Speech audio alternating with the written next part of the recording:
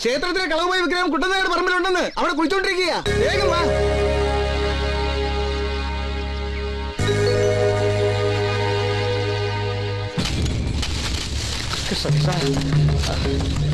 കുഴിക്കണോ? കുഴിക്ക കുഴിക്ക കുഴിക്ക. സ്ഥലം മാറിയോ?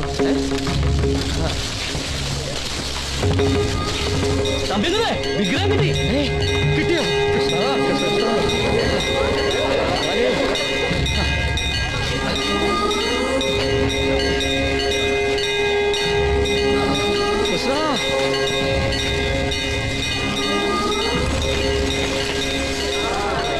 എന്റെ കൃഷ്ണ, സ്വപ്നത്തെ കാണിച്ചത് ഇത്ര അച്ചട്ടാവൂന്ന് ഞാൻ കരുതിയതേ ഇല്ല. സ്വപ്നത്തിലോ? അതേന്ന്. നേരം പുലരാറായപ്പോ ഇടത്തെ ചെവിയിൽ ഒരു സംഘനാദം. തെക്കേതിലെ കണാരന്റെ പൂവങ്കോഴി കൂവിയതാണെന്നാണ് ഞാൻ കരുതിയത്. പിന്നൊരു അശരീരി. ഭക്ത ശിരോമണിയായ ഫൽഗുനൻ തമ്പി, കുട്ടൻ നായരുടെ പറമ്പിന്റെ കിഴക്കേ മൂലയ്ക്ക് കുഴിക്കേ കളവുപോയ വിഗ്രഹം കിട്ടുമെന്ന്. കോൾമയിർ കോൾമയിർ കൃഷ്ണ, ഇതവൻ തന്നെ കുഴിച്ചിട്ടതാ, എനിക്ക് ഉറപ്പാ. ഭഗവാനോ? അല്ലടോ പാർത്ഥ. വന്നല്ല കണ്ടോടാ, നീ കുഴിച്ചിട്ട വിഗ്രഹം. ഞാനോ? ഞാനോന്നോ? പിന്നെ അല്ലാതാരാ? കുഴിച്ചിട്ട കണ്ടുപിടിക്കില്ലെന്ന് കരുതിയോ നീ? ഇല്ല, എനിക്കറിയില്ല. ഇത് കുഴിച്ചിട്ട് ഞാനല്ല. നീ തന്നെയാണ്. ക്ഷേത്രത്തിലെ താളിയോലക്ക് എന്തെങ്കിലും കട്ടെടുത്തത് നീയാണെന്ന് ഈ നാട്ടുകാർ കണ്ടതാണ്. വരുവടാ, ഇപ്പൊ വരും. MLA-യും പോലീസും കളക്ടറും ഒക്കെ ഇപ്പൊ എത്തും. എല്ലാവരും ഞാൻ വിവരം അറിയിച്ചിട്ടുണ്ട്. ഇനി നീ രക്ഷപ്പെടില്ല. പ്രിയമുള്ള ഭക്തജനങ്ങളെ, നിങ്ങൾ പറ, എന്ത് ശിക്ഷ നീ കള്ളന് കൊടുക്കേണ്ടത്? ഞാൻ പറയാം. ഭഗവാന്റെ വിഗ്രഹം കട്ടെടുത്തതിനുള്ള ശിക്ഷ ഞാൻ വിധിക്കാം. മാധവ? അതെ, മാധവൻ തന്നെ. ഏത് മാധവൻ? ഇവൻ ആര്? പറയാം. നീ എന്ത് കരുതി? നിന്നെ രക്ഷിക്കാനാണ് ഞാൻ വന്നതെന്നോ? എന്റെ മുതുമുത്തച്ഛന്റെ കാലം തൊട്ടേ ഞങ്ങളുടെ തറവാടിന്റെ വേരോടിയ മണ്ണാണ് ഈ കൃഷ്ണൻ. ഏത് മുത്തച്ഛൻ? മുകുന്ദൻ മുത്തച്ഛൻ. ഏത് തറവാട്? വൈകുണ്ഠപുരം തറവാട്. അതെവിടെയാ? ഇപ്പൊ ഇല്ല, ക്ഷയിച്ചു പോയി. എല്ലാവരും ഇപ്പൊ ചാവക്കാടിനടുത്താണ്. കടപ്പുറത്താണോ? അല്ല, പെരപ്പുറത്ത്. അതാണോ ഇപ്പൊ ഇവിടുത്തെ വിഷയം? അല്ല. എടാ, പടക്കുറുപ്പന്മാരുടെ തറവാടാ ഞങ്ങൾ. വാളും പരിചയം വെച്ച് പൂജിച്ച വിഗ്രഹമാണത്. അതാണ് നീ കട്ടെടുത്തത്. അതുകൊണ്ട് ഇവന്റെ ശിക്ഷ ഞാൻ വിധിക്കും. എന്നാ വിധിക്ക്. ഇവനെ തല്ലിക്കൊല്ലണോ കല്ലെറിഞ്ഞു കൊല്ലണോ? ഏയ്, അതൊന്നും പോരാ ഇവന്. മുത്തച്ഛന്മാരുടെ കാലത്ത് പടക്കുറുപ്പന്മാരുടെ ഒരു 3-ാം മുറ പ്രയോഗമുണ്ട്. മുണ്ട് വെക്ക്. മുണ്ട് മടക്കി കുത്താൻ പറഞ്ഞു കേട്ടില്ലേ? മുണ്ട് മടക്കി കുത്തണോ? മുട്ടുകാലിൽ മുഴയുണ്ടോ? ഒരു മുഴയുണ്ട്. മുട്ടുകാലിൽ ഒരു മുഴയുള്ളവൻ കുടുംബപരമായി മുഴുക്കളനാണെന്നാണ് ശാസ്ത്രം. എന്റെ അനന്തരവനാണ്. കുറ്റമല്ലല്ലോ. ഒന്ന് പുറകോട്ട്. ശിക്ഷ വിധിക്കുന്നത് ഞാനാണെങ്കിലും അത് നടപ്പാക്കേണ്ടത് ഈ കൃഷ്ണവൃത്ത കാരണവരായ തമ്പി അദ്ദേഹം. അതിന്റെ പുണ്യം അങ്ങേക്ക് കിട്ടും. പിന്നെ അത് ഞാൻ ഏറ്റു. നീ മിടുക്കനാണ് മാധവ. ഞങ്ങൾ പടക്കുറുപ്പന്മാരുടെ ആചാരപ്രകാരം ശിക്ഷ നടപ്പാക്കുന്നതിന് മുമ്പ് കാരണവരും നാട്ടുകാരും ഒരു വായ്ത്താരി ചൊല്ലണം. എന്ത് വായ്ത്താരി? എല്ലാവരും കണ്ണടച്ച് ചെവി മൂടി ഞാൻ പറയുന്ന വായ്ത്താരി ഏറ്റു ചൊല്ലിയട്ടെ. എല്ലാവരും കണ്ണടച്ച് ചെവി പൊത്തി ഇദ്ദേഹം പറയുന്ന വായ്ത്താരി ഏറ്റു ചൊല്ലണം. പടകാളി മുറ്റത്തെ പരദേവതമാരെ, പനങ്ങാട് ദേശത്തെ പരകോടിയാട്ടം. ഇത് 2 പ്രാവശ്യം ആവർത്തിച്ചട്ടെ. പടകാളി മുറ്റത്തെ പരദേവതമാരെ, പനങ്ങാട്ട് ദേശത്ത് പരകോടിയാട്ടം. പ്രിയമുള്ള ഭക്തജനങ്ങളെ, ശിക്ഷ നടപ്പിൽ പോയി. എങ്ങോട്ട് പോയണോ? ഓടിപ്പോണോ? പനങ്ങാട്ട് ദേശം. അതാ കണാരന്റെ വീട്ടിലെ പൂച്ച. ഒരു ലക്ഷം ഉണക്കമീൻ കൊടുത്താൽ അതിന് പൊക്കോളാം. പോലീസ്.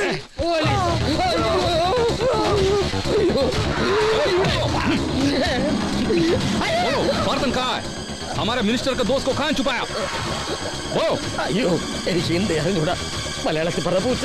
കേന്ദ്രമന്ത്രി ബിള്ളാരി യാദവിന്റെ ഒപ്പം ഗ്വാളിയറിൽ പഠിച്ച ചങ്ങാതിയ പാർത്ഥൻ. അയാൾ എന്നെ എവിടെയാ ഒളിപ്പിച്ചു വെച്ചിരിക്കുന്നത്? ഞാൻ ഒളിപ്പിച്ചു വെച്ചൊന്നുമല്ല. കുട്ടമ്പറമ്പിൽ നിന്ന് കുറ്റിയും പറിച്ചോടിയത് അവനാ. 24 മണിക്കൂറിനകം പാർത്ഥനെ കണ്ടുപിടിച്ച് ഞങ്ങളുടെ മുമ്പിൽ ഹാജരാക്കിയില്ലെങ്കിൽ പിന്നെ താൻ തീഹാർ ജയിലിൽ കിടന്ന് അഴിയെണ്ണേണ്ടി വരും. ചലോ. ആരൊക്കെയാടാ കാരണം അവനെ സഹായിക്കാൻ വരുന്നത്? ആദ്യം ഒരു വരത്ത മാധവൻ, ഇപ്പഴേ മന്ത്രിയും കരിമ്പൂച്ചകളും. എടാ, എവിടെങ്കിലും പോയാ പണ്ടാരക്കാരനെ കണ്ടുപിടിച്ചോണ്ട് ഇല്ല അവന്മാര് പറഞ്ഞു കേട്ടില്ലേ, ഞാൻ ജയിലിനകത്തായി പോകൂടാ. ഞാൻ കണ്ടുപിടിക്കും മുതലാളി. നാളെ നേരം വെളുത്ത് കോഴി കൂന്നതിന് മുമ്പ് ഞാൻ അവനെ കണ്ടുപിടിച്ചിരിക്കും.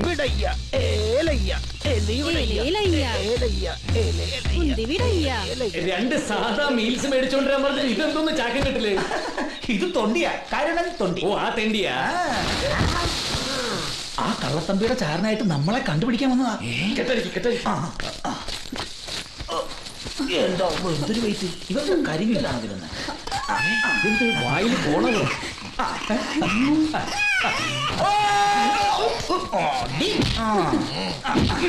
നീ എന്തിനാണ് അവിടെ വന്നത്? എന്നൊന്നും ചെയ്യരുത്.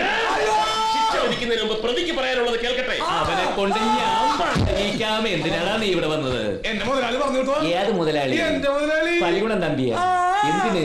അതെ, നിന്റെ കൂടെ പഠിച്ച ഏതോ ഒരു കേന്ദ്രമന്ത്രി കൃഷ്ണമൂർത്തി വരുന്നുണ്ടെന്ന്. എന്റെ കൂടെ പഠിച്ച കേന്ദ്രമന്ത്രി? പഠിക്കുമ്പോ കുട്ടിയായിരുന്നു, ഇപ്പഴാ മന്ത്രിയായത്. അതാര്? ഏതോ ബില്ലാരി എന്നോ യാദവ് എന്നോ മറ്റാണ്. നിനക്ക് മനസ്സിലായില്ലേ? നമ്മുടെ ബില്ലാരി, മദൻ ബില്ലാരി യാദവ്. ഗോളിവറിൽ നമ്മൾ ഒന്നിച്ച് ഹോസ്റ്റലല്ലായിരുന്നോ? എടാ പൊക്കം കുറഞ്ഞ ചട്ടിത്തലേ ബില്ലാരി. നിങ്ങൾക്ക് ഓർമ്മില്ലെങ്കിലേ അയാൾക്ക് നല്ല ഓർമ്മയുണ്ട്. അയാൾ കേരളത്തിൽ ഉദ്ഘാടനത്തിന് വരുമ്പോൾ ഇവിടെ വന്ന് നിന്നെ അന്വേഷിക്കും.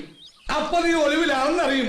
അതിന് കാരണക്കാരനായി എന്റെ മുതലാളിയെ ഡൽഹിയിലുള്ള കരിമ്പൂച്ചകൾ വന്ന് വല്ല ബീഹാറിലോ തീഹാറിലോ കൊണ്ടുവന്നിടും. അതോർത്ത് കിണ്ടിത്തിനായിട്ട് ഈ എന്റെ മുതലാളി പേടിച്ച് അതുകൊണ്ട് പാർത്താ നീ പുറം ലോകത്തേക്ക് വന്നേ പറ്റൂ. അല്ല, അയാൾ അകത്താകാതിരിക്കാൻ ഇവൻ പുറത്തു വന്നു കഴിഞ്ഞാൽ ഇവനകത്താകത്തില്ലേ? അതെ, നാട്ടുകാരുടെ കണ്ണിൽ ഇവൻ വിഗ്രഹമോർത്താവല്ലേ, അവരിവനെ തല്ലി കൊല്ലൂലേ? തല്ലുമായിരിക്കും, പക്ഷെ കൊല്ലാതിരിക്കാൻ ഒരു വഴിയുണ്ട്. ഞാനിപ്പോ കൊല്ലല്ലേ കൊല്ലല്ലേ എന്ന് പറഞ്ഞപ്പോൾ നിങ്ങൾ കൊന്നില്ലല്ലോ, അതുപോലെ കാല് പിടിച്ച് കരുതി പറഞ്ഞു.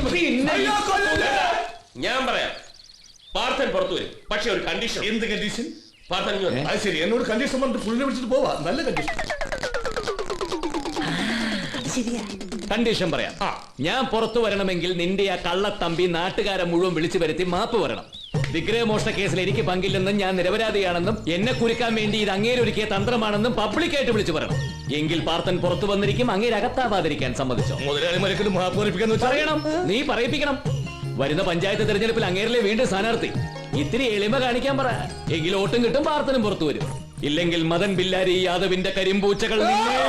വേണ്ട, പറയിപ്പിക്കാം, മാപ്പ് പറയിപ്പിക്കാം. ഓക്കെ, നമസ്കാരം.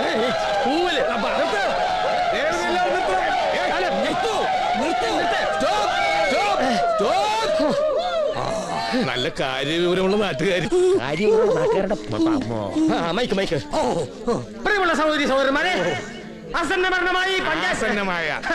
ആസന്നമായി പഞ്ചായത്ത് തെരഞ്ഞെടുപ്പിൽ വീണ്ടും ഒരു സ്ഥാനാർത്ഥിയായി നാമനിർദ്ദേശ പത്രിക സമർപ്പിക്കാൻ പോകുന്ന ഈ വേളയിൽ അമ്പലത്തിലെ കളവുപോയ വിഗ്രഹവുമായി ബന്ധപ്പെട്ടുള്ള ചില നഗ്ന സത്യങ്ങൾ ഞാൻ നിങ്ങളെ അറിയിക്കാൻ ബാധ്യസ്ഥനാണല്ലോ. അവൻ വന്നില്ലേടെ പാർത്ഥൻ. അവനെന്തിന് വരണം? അവനിത് അറിയണ്ടേ? അവനെന്തിന് അറിയണം? അവൻ അറിഞ്ഞാലല്ലേ ഒളിവിൽ നിന്ന് പുറത്തു വരും. അവനെന്തിന് പുറത്തു വരണം? അവൻ പുറത്തു വന്നില്ലേ ഞാൻ അകത്താകും. മുതലാളി അവൻ അറിഞ്ഞോളും. ഇത് നേരത്തെ പറഞ്ഞൂടെ? കിട്ടേണ്ടത് കിട്ടിയാലേ തോന്നേണ്ടത് തോന്നു. പ്രിയപ്പെട്ട ഭക്തജനങ്ങളെ, വിശ്രമം കട്ടെടുത്ത് വിഗ്രഹം കട്ടെടുത്തതും കുഴിച്ചിട്ടതും പാർത്ഥൻ അല്ല.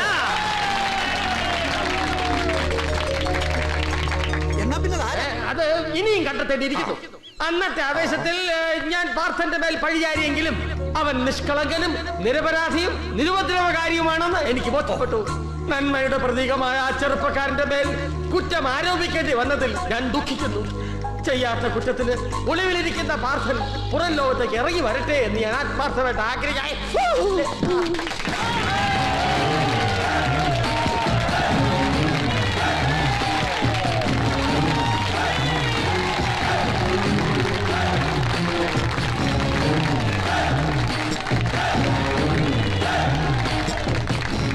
പ്രിയമുള്ളവരെ, മൈക്ക്.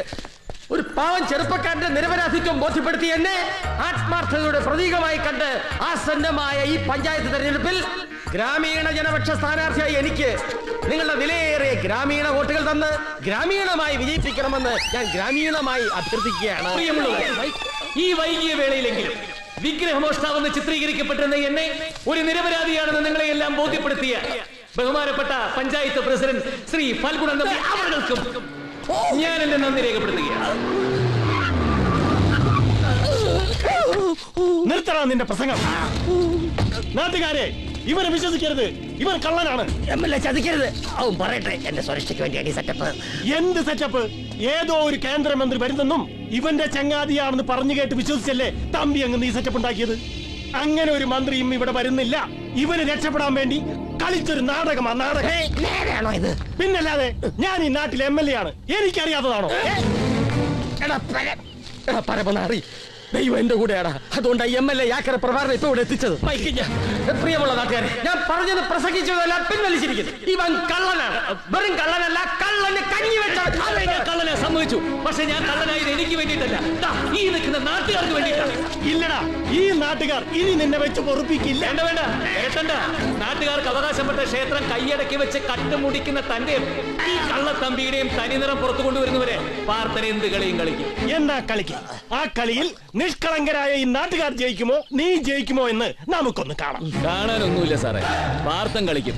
പക്ഷെ അത് സാറിന്റെയും ഈ തമ്പിയുടെയും പോലെ ഞാനുമ്മ കിടന്നുള്ള കളി പോലെ ആയിരിക്കില്ലോ. പ്രിയമുള്ള നാട്ടുകാരെ, പിന്നെന്ത് കളി? അതുകൂടെ പറഞ്ഞിട്ട് പോടാ. പറയാം. പാർത്ഥന് വേണ്ടി മാധവൻ പറയാം ആ കളി എന്താണെന്ന്. വരാൻ പോകുന്ന തെരഞ്ഞെടുപ്പിൽ ജനപക്ഷം സ്ഥാനാർത്ഥിയായ തമ്പിക്കെതിരെ ജനകാരുണ്യ പാർട്ടി സ്ഥാനാർത്ഥിയായി പാർത്ഥൻ മത്സരിക്കും.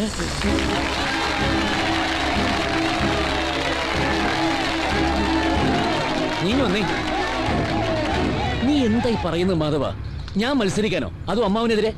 നിനക്ക് വേണ്ടിയല്ലല്ലോ നീ മത്സരിക്കുന്നത്, നാട്ടുകാർക്ക് വേണ്ടിയല്ലേ. മത്സര രംഗത്ത് ബന്ധുക്കളില്ല, ശത്രുക്കളേ ഉള്ളൂ. നിന്റെ ആവനാഴിയിലെ അമ്പുകൾ ജയിക്കാനുള്ളതാണ്, തോൽക്കാനുള്ളതല്ല. എടുത്തങ്ങ് പ്രയോഗിക്കണം. അതെ, ഞാൻ മത്സരിക്കുന്നു. ഈ തെരഞ്ഞെടുപ്പിൽ തമ്പിക്കെതിരായിട്ട് പാർത്ഥം മത്സരിക്കുന്നു. എങ്കിലൊരു വാതുവയ്പ്. ഈ അംഗത്തിൽ തോറ്റാൽ നീ എന്ത് ചെയ്യും? ഫൽഗുനം തമ്പി പറയുന്നത് എന്തും ഞാൻ ചെയ്യും. എന്തും. സ്ഥാനാർത്ഥി നിക്ക്. എന്നാ പലമുണ്ഠനം ചെയ്ത് പച്ച പുള്ളി കുത്തി ഈ കൃഷ്ണപുരം കവലയിലെ അരയാൽ കൊമ്പിൽ അർത്ഥനഗ്നനായി തല കീഴായി 3 രാവും പകലും നീ ഞാന്ന് കിടക്കണം. സമ്മതിച്ചോ? അത് പിന്നെ സമ്മതിച്ചു. ജയിച്ചാൽ നിന്റെ വീടിന്റെ കുശിനിപ്പുരയിൽ പഞ്ചപുച്ഛമടക്കി നിന്റെ ബാല്യക്കാരനായി നീ പറയുന്നിടത്തോളം കാലം ഞാൻ നിൽക്കൂടാ, ശമ്പളമില്ലാതെ.